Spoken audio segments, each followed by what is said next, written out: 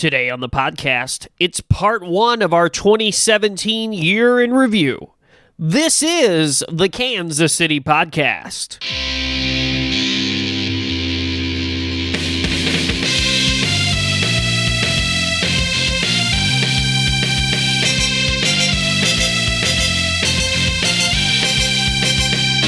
Welcome to the Kansas City Podcast. I'm Cole Lindbergh, your host with the most, SNL's Colin Jost.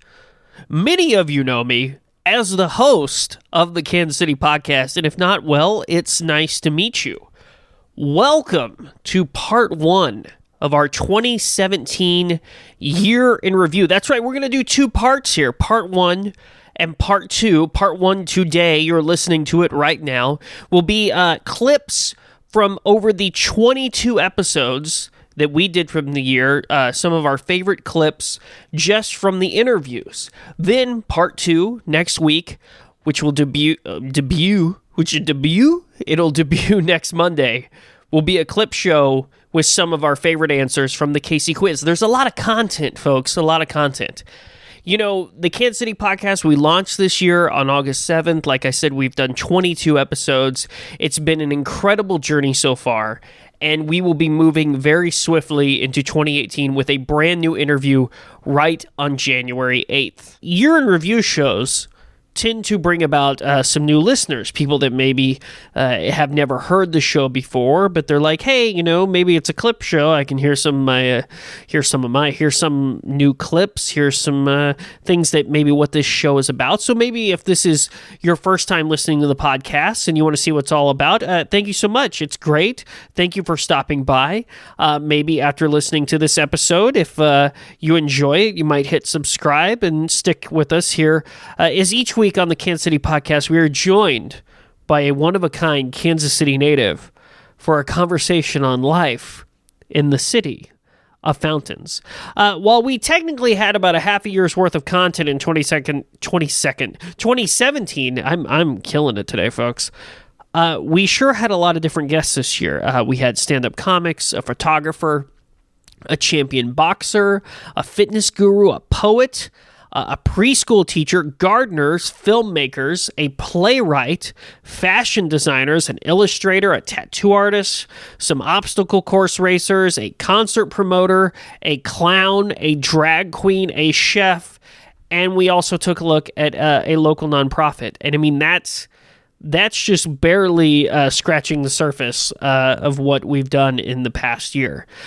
So, clips. Right? That's why you're here. It's the year in review. And so, I mean, there's no better place to start than let's go back to our very first episode with local comedian Matt Keck. Now, long story short, you know, Matt, he is a local stand-up. He's had his own show for a long time. He's also probably the best person in the world at Twitter. And, but many of you will probably know him. He's basically a living internet meme because he is the guy that coined, I'm a snake. And so let's hear just a little bit from Matt here on the Kansas City Podcast, our very first episode. You know, I want to focus on this. At the beginning, I said that you were a snake. I want to focus on this because I think a lot of people don't know this. You have, in the earliest days of YouTube, maybe not earliest days. It was still pretty early. Pretty early. You have what I would consider to be one of the first, like, maybe not first, but one of the first big viral videos. I mean, is that how you classify? How do you classify it? It certainly was a viral video, and it's a weird viral video because it didn't hit like the levels of Charlie bit my finger. Right. It didn't hit like the kid from the dentist that was freaking out. Oh yeah, David after dentist. David after dentist. Where it didn't get to those levels, but it was like this weird underground meme video essentially. Right. And for anyone who doesn't know, I made a video called "I'm a Snake." Right. And it's me. Can I do my impression? Yeah, absolutely. I'm a snake. I'm a snake. I'm a slitty little snake. Something like that. That's exactly right. That's pretty much it is. It's you looking at the camera wearing a snake hat saying, I'm a snake. And I say I'm a snake pretty for much. like 2 minutes? Almost 2 minutes, yeah. Jennifer Lopez, look at your eyes. Still got that ass though. Yeah, and it kind of had like this weird underground following for a while on some message boards that I would go on and stuff. But it had like 190,000 views. It was when Tosh emailed me and was like, I'm going to put it on my show. So who got in contact with Tosh? You think it just ended up in their hands? Yeah, because they have like the same way that America's Funniest Home Videos does now. They have like a submission page where people can send them new send stuff. the link. I'm guessing they got it through that, and the producer, he messaged me and was like, hey, we want to put your video on. I was like, well, of course, yeah, obviously I'll do that. Of course. I mean, I'm working in the back room at a Target as a security guard at the time. Like, I was doing stand-up all the time, but I wasn't making enough money. Plenty material as a security guard at Target. Oh, my goodness. I have a few stories about that, too, but yeah. But, okay, so Tosh, you get an email from Tosh, their company, that show. Uh-huh, and it was actually like the week before the premiere happened. I emailed them back, was like, hey, you guys are going to tell me when it was going to be on. When's it happening? They're like, oh, yeah, you're on the first episode. Oh, my God. So my video is on the premiere with the Antoine Dodson episode. Like, that was where they had him on. Climbing in your windows? Yeah, they have Bed Intruder. Yeah, Bed Intruder song guy. Yeah, they have him on, and my video airs at the end of that episode, and overnight it was 2 million. And it's weird because it's just grown like exponentially. Like, the YouTube link itself, the original, has like 21 million views, but like so many Facebook pages have been taking it and putting it up. And on like individual Facebook page links, it's got 12 million views here, it's got 10 here. People are taking it and putting it in a Vine. Like, they'll just take I'm a snake, and they'll throw it in on the end of the Vine. Like, they'll just take my vocals, they'll just take the audio, and I saw a video of like a cat going down the stairs going, I'm a little sneaky snake.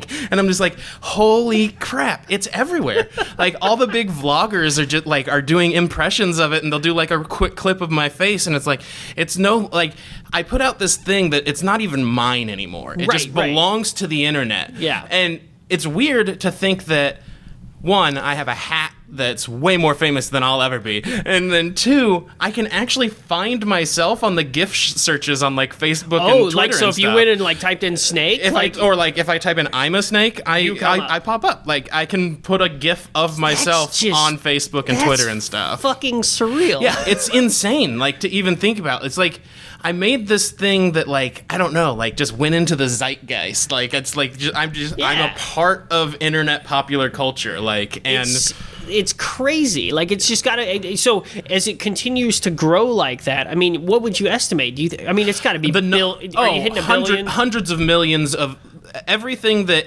Especially if you include everything that just the audio's in or anything, hundreds and hundreds of millions of views of just you making that YouTube money? I mean, I still make money off of it. I did quit my job at Target when it first like went on Tosh because I was making enough between that and stand-up that I could replace Target money. Right. But so I wasn't like rich, but now, I mean, I still get a check every month. Good old Matt. A side part of this story is that I actually worked with Matt when I was, we were 16 years old. And so this was the first time when we sat down for that episode that I had seen him in, man, over a decade. But we had always kind of kept tabs on each other, and great guy, really was very happy he got to come on the show. You'll hear more from Matt in the second half of the show today because he did have some pretty great answers on the Casey quiz. So from there, let's take a listen to another clip from this year. You know, one of my favorite interviews of the year was with let's see, she was a nonprofit superhero by day, a side hustle photographer by night. That's how we described her. Her name is Celli. And Celli is the editor of a new monthly, quarterly, hopefully, zine called Here Queer. And on the Kansas City podcast, the thing that I'm always trying to find is I'm always trying to find a guest from a different walk of life, someone that has a unique perspective or someone that's different from me. Because let's face it, I'm just a regular guy from Kansas City. I'm vanilla, folks. And so trying to get somebody else on the show that has different walks of life, different experiences, that's what it's all about, because I think that's what makes Kansas City so great, that there are so many people from so many different walks of life. So here is a clip of Anna Selle and I talking about her new music publication, Hear Queer. Hear Queer is a music publication that centers around telling the story of queer identifying musicians. So we have like a quarterly zine that we release, which is, the print edition. Along with that, we do a showcase. So the two main subjects of the zine play at the showcase. So you can come see them perform and then take home with you a zine that talks about their story and their music and how they got into music and what being queer has meant for them as a musician.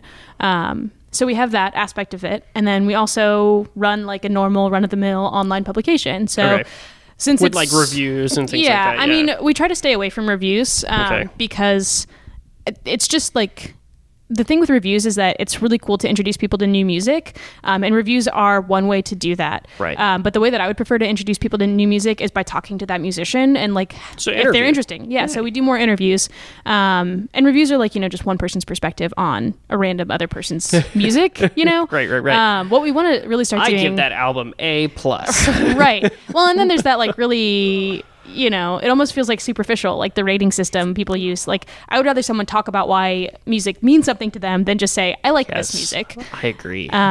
Especially when we're coming from this perspective of talking about queer voices in music, because, music is this like pathway to telling your story. And I think for a lot of people, myself included, music can be very powerful in your own like self-identification process. So hearing a queer musician talk about being queer openly, and even not, in a way that's like directly addressing queerness itself, but maybe just being, a woman talking about other women in their music, and obviously so, and not hiding that aspect of their identity can be really powerful to hear when you're young and figuring that out for yourself. And also maybe if you're in an environment where there aren't a lot of queer people, like when I was in high school, there were no queer people around me. I went to like a Catholic all-girls school. Yeah. And it just wasn't something that people like, no one came out there. No one came out. No one Everyone talked came out in it. college. No one came out in high school. So, but when you would hear about musicians or you would see those characters on TV or, whatever it is, it kind of gives you this hope that maybe that thing that you're feeling like isn't a weird, isolated thing, that there are other people like you in the world. And especially if it's someone that's in a spotlight. Right. And someone that's being celebrated too, right? Like, not just someone that's, like the weird outcast, as oftentimes queer kids start to feel when they're in an area where there aren't other queer people like them. Really enjoyed that interview with Anna Selle. She was fantastic. She's a great photographer, by the way. Man, she is so lucky. I mean, she works her ass off, but she's so lucky that she gets to go and like photograph concerts and musicians. I'm kind of jealous at times. Moving on. Okay. So I start this show, start the podcast, trying to look for exciting guests, and I get a tip that, I should seek out this guy. His name is Cam F. Awesome. And at the time when I was seeking him out, all I really knew was that he was a kind of a stand-up comedian, but he was also a boxer. Little did I know, he's not only a boxer, he's like a multi-time heavyweight national champion boxer. He's a public speaker. He was just the subject of a documentary that was on Netflix, and he has a huge viral video in that he called himself the Taylor Swift of boxing after one of his matches. And I feel horrible because I feel like I was just so ill-prepared. I had so many great questions to ask, but in the end, he kind of just steered me through the whole thing, and we talked about something that I was excited to know, and that was all about the pageantry of boxing, the excitement of the walk to the ring, the ever-popular theme song. The ultimate entrance song for Cam F. Awesome. Maybe that's you, but the greatest one of all time. What do you got? Greatest one of all time? Yeah, let's go for it. I'm going to tell you what it is. Okay. I'm going to give it some time to sink in, and then I'll tell you why. Okay, great. I'm ready. The national anthem. Absolutely not. That is not. No, that is okay. I'm letting it sink in. Thinking about it. I'm still not on board. I'll set the scene. Okay, I'm ready. We're at the fights. My opponent comes out, and like Okay. he has a super hype song, and everyone's like into it. Yeah. And then Crowd stumping. Yep. Then it stops. Okay. The lights go down. The lights go down. Okay. National anthem starts playing. Uh-huh. Everyone has to shut up, stand up, pay attention to me.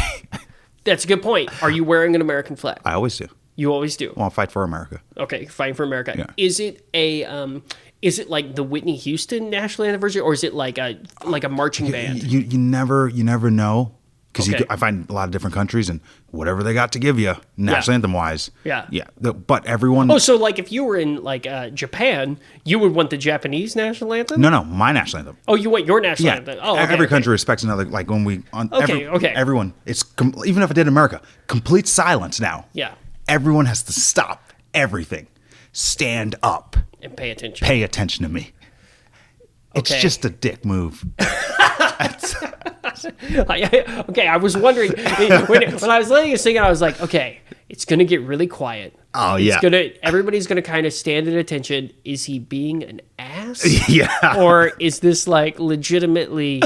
This is the thing. Yeah, no, Okay. that's it. But the thing is, no one can say anything about it. What do you say? You can't say anything about it. You're right. Well, you're Right. gonna say, shh. You're a step ahead. And I'm controlling the situation. Yeah. So it doesn't mess my game up. But the dude who just got hyped listening to his song, the Yeah. whole atmosphere Oh, he's of the got to room stop has too. So changed. his whole hype Everything's is like going down. It is the biggest. What happens if you come out first? It just makes us even worse because no one's in the mood to listen to his hype music. So see, you're playing the mind games. It's all from the about mind beginning. games. Man, you got any other mind games you play? Yeah. So I'm a southpaw, but my lead hand's my right hand. When I fight a guy, Yeah. one of the first things I try to do is beginning of the round. He throws a jab, I slip it, uppercut. He throws a jab, slip it, uppercut. He throws a jab, I slip it. I know I can hit him with the uppercut. He knows I can hit him with the uppercut. Yeah. But I just look at him. Oh. So now he knows if he throws that punch again, Yeah. I'm just gonna hit him again. So now I'm just fighting a one-handed guy, Yeah. and I did nothing. You're already in his brain. Yeah. Now when I do that with his other hand, I'm fighting a guy with no hands. And I then, like it. Then the greatest thing happens. And when a guy gets so frustrated and he realizes there's nothing he can do, and he's already in the situation, so he has to finish the fight, but now he's just getting beat up by a guy who's not even knocking him out, doesn't really hit hard. It's just frustrating him. Yeah. It's an involuntary like sigh. It's like, and that's his soul leaving his body. Yeah. And that is one of the greatest feelings in the world. I can only imagine so. Especially then when you light him up. Yeah, I've knocked a lot of people out, like cold unconscious, but it was the greatest feeling. Second greatest feeling. Once I had surgery and I got Valium. Yeah. Definitely greatest That's feeling. number one. Yeah, number one. Yeah, yeah. I realized why people would leave their family and For Valium. Yeah, I would never do it again because I can't describe. It was like I was floating in the sky and the clouds were my blanket. And then second greatest feeling. Yeah. Second other feeling is knocking him, like hitting a man so hard that his body goes completely limp and he involuntarily twitches a few times as you're standing 20 feet away from his wife and kids. And I just celebrate like he doesn't look You're dead. smiling, you flash your smile at him, right? It's a primal, there's something primal about it. If you like the snippet of that interview, I would definitely recommend going and listening to Cam F. Awesome's interview. He's very dry. He's got a very specific sense of humor, but once he gets going, folks, and he really he cracks me up. Later down the road, we a lot of interviews here. There's so much to pull from. There's so much to talk about. But another interview that I completely enjoyed this year, and it was done in a very strange spot. The big thing is that I always try to go out and interview people in their space. I don't have a studio. I don't go and I don't tell somebody to meet me somewhere. Last thing I want to do is I want to pull somebody away from where they are. I just want to go meet them, sit down, and find a place to talk.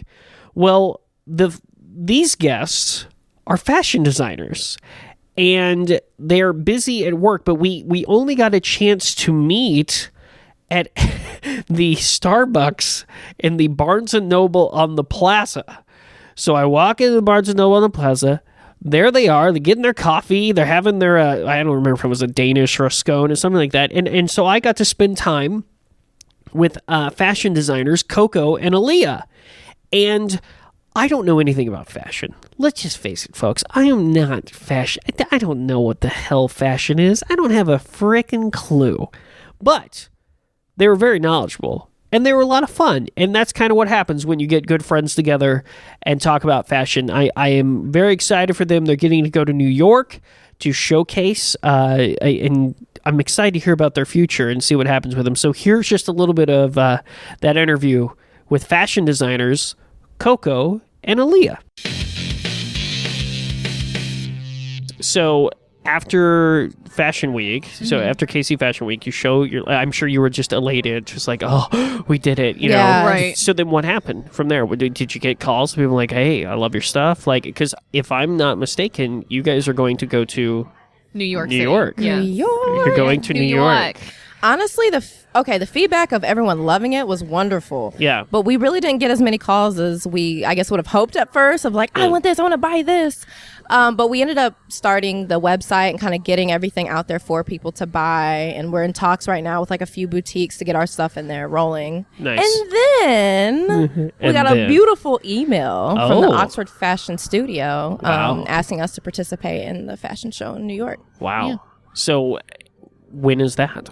February. February. February Yeah. 10th. So we're to be about to get exact. knee deep in more creation. Balls deep, knee deep, face deep. Yeah, Neck you're- deep, all the deep. You're going- 6 foot deep, honestly. So you officially have now, so we got like, what, 2.5 months, 3 months till you're ready to go? Luckily, we don't have to do like. Luckily, we're not doing 14 looks. Yeah. Okay. Because last time we did 14 and we did like 3 months, I think. Yeah. And we were like pulling our hair out and I was crying by the end of it. Like I cried during every collection. Yeah, But a few breakdowns. It wouldn't be have fashion if to. you didn't break Yeah, down, right, to be right, right, honest. right, Yeah, you got to break down. But then this one, you have to pay for your looks. Yeah. So we're only doing 6 looks because we were like, well, we really only like to do statement pieces anyway. We're not like, we try not to be filler Yeah, piece like filler collections looks. if we can. Yeah. So we're just going to, every single one's kind of a lot. Is a star-studded event. Right. So is that now with that show in New York? So I mean, is there like several? Is it just you guys, or is there like several different designers all part of that show? Like, how does that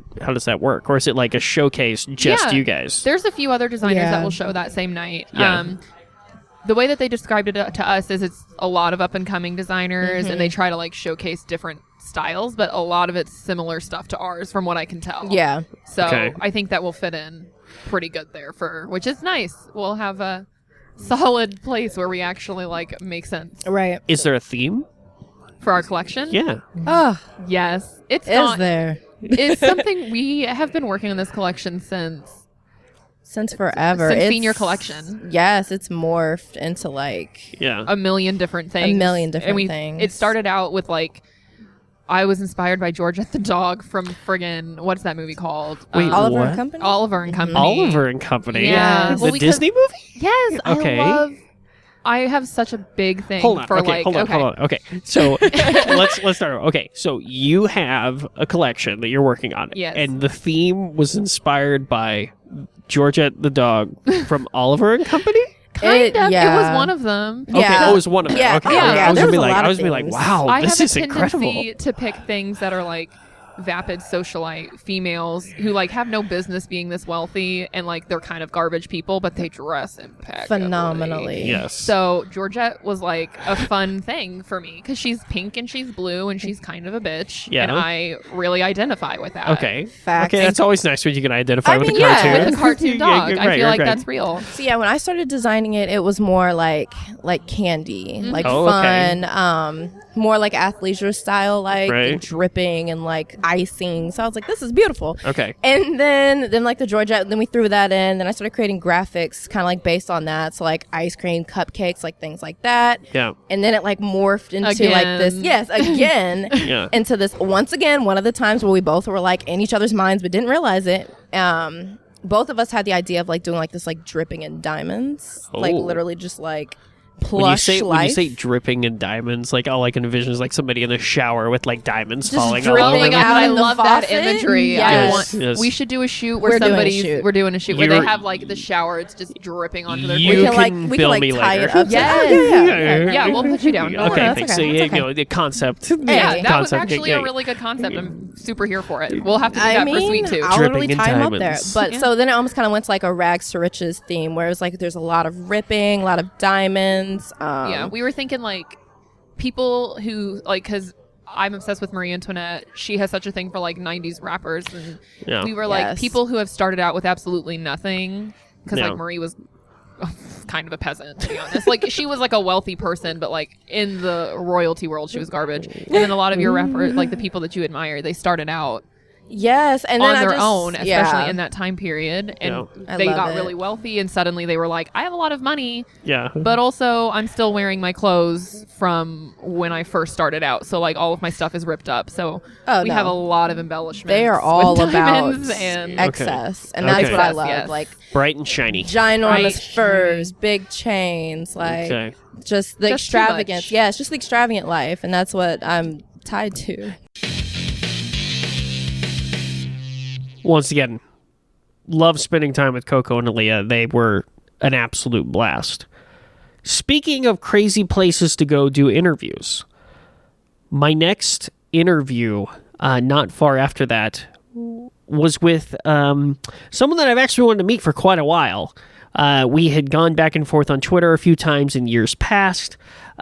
He always was kind of a supporter of different things that I was trying to do. And even though I didn't really know who he was, because we were talking through the Twitter account that was for Up Down. And eventually I actually said to him, I said, I've been going back and forth with you for a long time and I don't even know your name. So finally I got to meet David Hayden. We met at Up Down. We went to a secret room at Up Down, which in the background, if you listen closely, you can probably hear a bunch of machines whirring and buzzing, and every now and then somebody hitting the jackpot in the background, because we were there in Up Down. He got me a beer. We sat around. We talked for a little bit. So this is my interview with David Hayden at Up Down. A complete blast. I love Up Down. David was so nice when I got married in March. My wife and I were getting married down in the Crossroads, and so I said to David, "Hey, it would be funny. We could stop by Up Down and get some photos taken." And he said, "Oh yeah, absolutely." So my wife and I were taking our pictures around downtown. We go into Up Down, and all of a sudden this guy runs over. He goes, "You're that guy?" And I go, "I don't know what you're talking about." He runs into the back. He comes back out. He hands us 2 fanny packs full of tokens, and we stand in front of Up Down and take a wedding photo with our fanny packs on. Just complete silliness. So thank you to David for that. So here is a little bit about Up Down and David Hayden. I look at like Up Down, I look at these other places, and so when I come back in here and I see people playing Mario Kart, I'm just like, oh, I know I can play that game. I know I can sit down and play it, but also at the same time, I'm just like, man, I feel like a kid right now. I feel like a kid again, going back and playing this shit. Well, that's really the idea of the bar. I mean, people always ask me, like, is this an 80s bar? Is this a 90s bar? It's a when you were 13 bar. Right. It's taking you back to that time when things were more carefree, and if you had a pocket full of quarters, you were in for a day of just whatever you wanted. And we want to take people back to that environment and that feeling. We try to make it, it's just completely enveloping with the 80s and 90s movies, with the old school wrestling on TV, and then having a very well curated selection of games, which a lot of people don't think about. They don't think about the mix of the games. Whereas in my position, it's thinking, how many fighting games do we have versus Nintendo games? How many games from the first golden age of arcades versus the second golden age of arcades? How many shooting games do we have? Because you have to have a nice balance. Well, and it's because there are different demographics that each set of games appeals to. When we first opened the place, the owner kind of laughed and said, "See up there in that mezzanine, that's where you're going to find most of the women at tonight." And I said, "Oh, come on, that's anecdotal. That's not for real."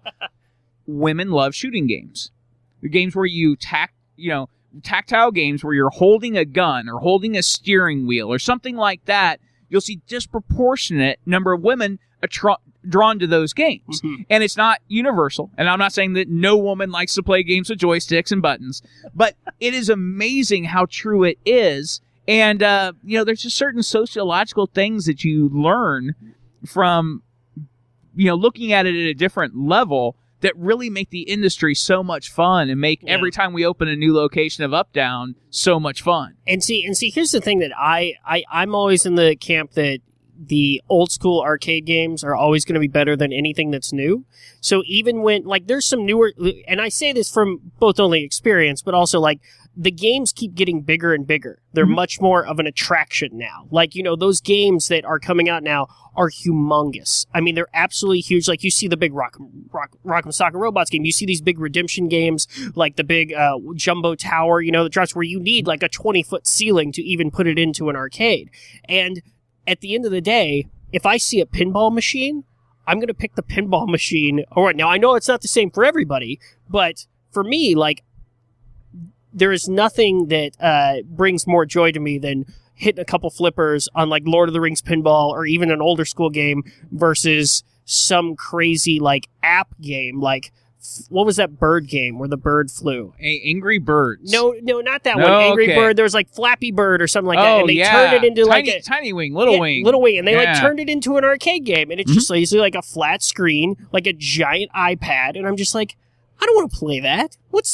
No, I'm not interested in a giant iPad. I want to see the ball go up the ramp. There's a certain value in the nostalgia. Like, we don't have any games that run off of flat screens. Right. And that is a conscious decision because those old CRT monitors are pretty hard to get a hold of, and they're really tough to maintain. And they're heavy as hell. Yeah, and they're not making them anymore. Right.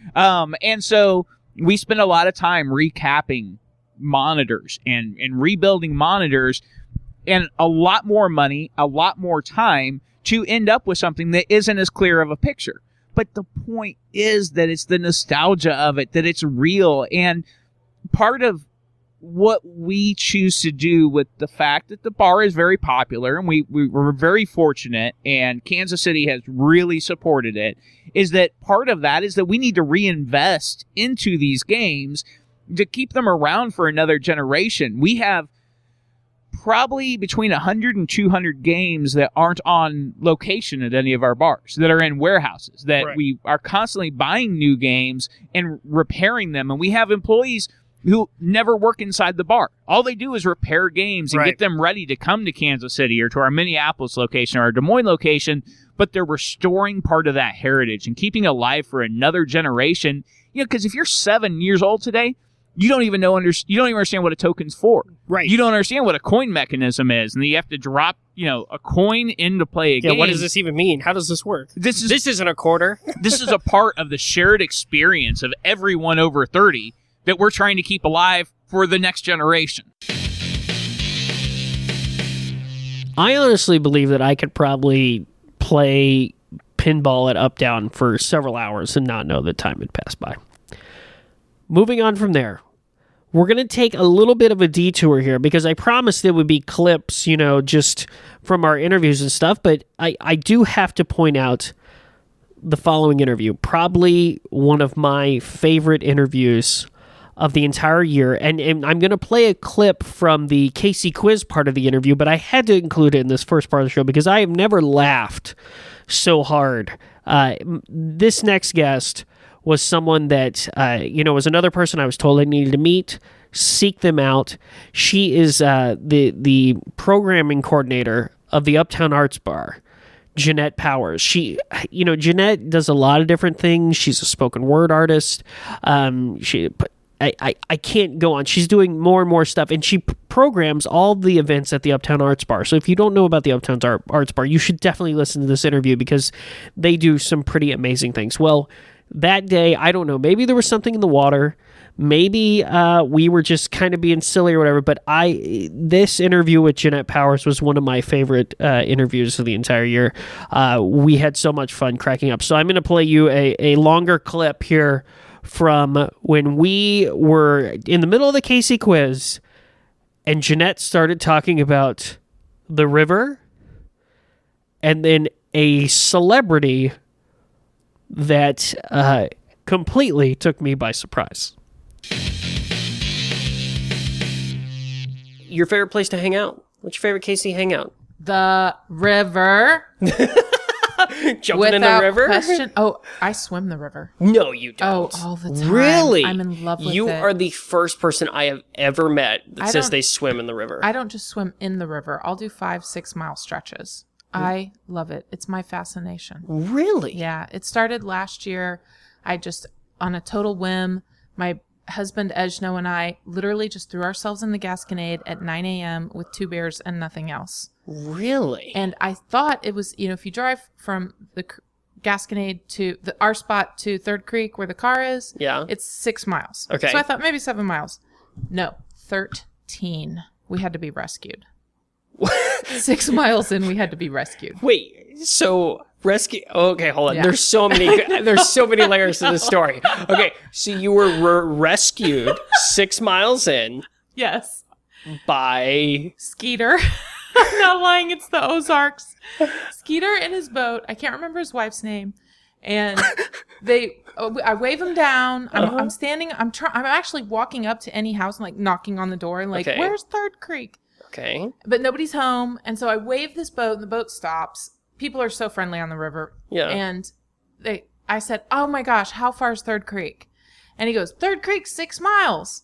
I was like, 6 miles? We've already been on the river for 5 hours. And so I was like, oh my gosh, we're lost. Can you please give us a ride to Third Creek? And he's like, where's your boat? I said, we didn't bring a boat. We swam. And he goes, what? You're grounded. You're both too grounded. What the hell are you swimming the river for? Oh my god. But I haven't stopped. I just got smarter about using maps. Okay, very good. Okay, so when was the last time you went river swimming? I guess it was like a month ago maybe, and I took a bunch of people, but I didn't pay good attention because I don't do that sometimes. Okay. And like 6 of the people completely missed the turn into the creek and so had to fight against the river.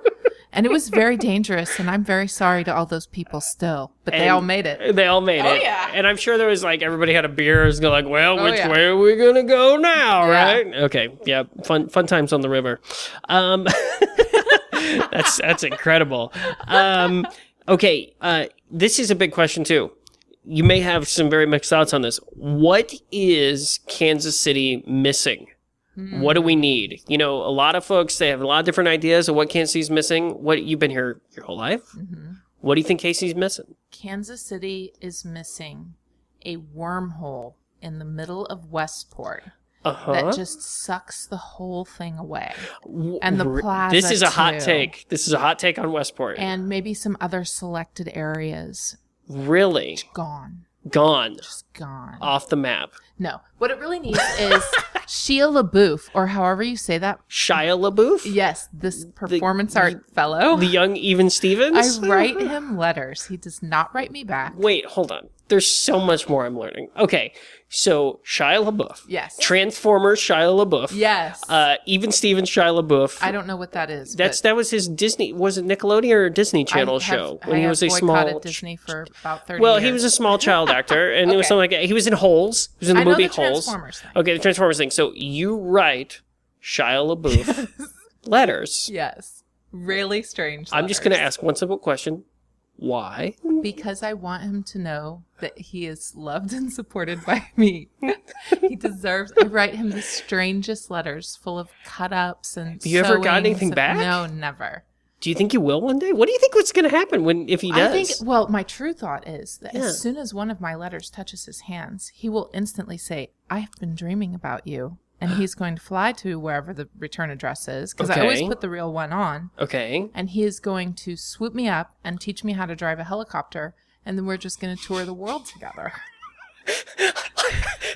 That is, let me tell you, I'm going to give you, I'd say there's a chance that happens. Yes, I do too. I do- He just yeah. needs one letter to really get to him. People are keeping them from him. Oh, okay, so They're he's trying to being protect sheltered. him. He's being sheltered. Yeah, he is kind of turning into a weird performance artist guy, It's right? So wonderful. Yeah? Yeah, you What should did he? listen to him. Oh, I saw the one where he was like, he was in a theater just watching all of his old movies. Yeah, And yeah. like there was a point in there where like he was watching, I think he was watching the Even Stevens movie, and he was like, you know, it was like when he was a little kid, and he started like crying, and he like teared up a little bit. Aw. That's He's so sensitive. so sensitive. Too And sensitive for Transformers. maybe you put that in your next letter to him, that you saw that, you know, maybe just steal your memory. yeah, and you can use steal it for and you- emotional sway. I'm trying to help you out here Yeah, because I'm I don't think hearing there. I think that in itself, if that ever does happen, here's the deal: if he ever replies to you, you have to come back on the show and tell us what it says. Oh, I'll get him to come on the show. With Oh my, it. You know he'll do absolutely, that. absolutely. I mean, I don't see why not. We Right. need more people. Okay, here's a question. This is kind of a poetry question. Okay. Okay. Earlier I told you about how when I try to write poetry, it always just devolves into like, hey, my name is Cole. I'm super cool. Yes, you know, like stuff like that, you know, and buts. What is your favorite rhyming word? Meridian. Meridian? Yeah. Meridian, obsidian, Ooh, good. oblivion, Yes. Canadian. Rapscallion, Canadian. No, that doesn't work. Meridian, the prime meridian. Yes. Okay, meridian. I like it. I can't think of a huge amount of words that rhyme with meridian. Butts does You not did rhyme with really meridian. well. I did okay, right? But Like, you could have like the meridian. The butt crack is like the meridian of oh, the that could body. be true. And yeah. so now you've got a whole freestyle. Talk going. about butts, the prime meridian. Show Gonna that hit crack. that spot on the equator. Show that crack full of obsidian. All right, there we go. It's full of. It's a poop metaphor. Yes, exactly. I did. Okay, I worked it out. Yes, yes.